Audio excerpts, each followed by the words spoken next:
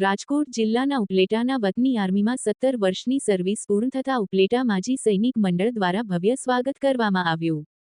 ઉપલેટાના ભરતભાઈ આજે 17 વર્ષની નોકરી પૂર્ણ કરતા ઉપલેટામાં ભવ્ય સ્વાગત કરવામાં આવ્યું। ભરતભાઈ જણાવ્યા પ્રમાણે તે અલગ અલગ રાજ્યમાં ફરજ બજાવી ચૂક્યા છે, જેમાં પંજાબ, જમ્મુ કાશ્મીર, મહારાષ્ટ્ર, રાજસ્થાન, આસામ નોકરી કરે છે અને આજરોજ નોકરી પૂર્ણ કરી અને ઉપલેટામાં પધાર્યા માજી સૈનિકે તેમનું ભવ્ય સ્વાગત કરવામાં આવ્યું। ઉપલેટા માજી સૈનિકની ઓફિસથી ઘર સુધી બેન્ડ બાજા સાથે સામૈયું કરવામાં આવ્યો હતો અને ઉપલેટાની જનતા હારતોરા કરીને સ્વાગત કરવામાં આવ્યું હતું।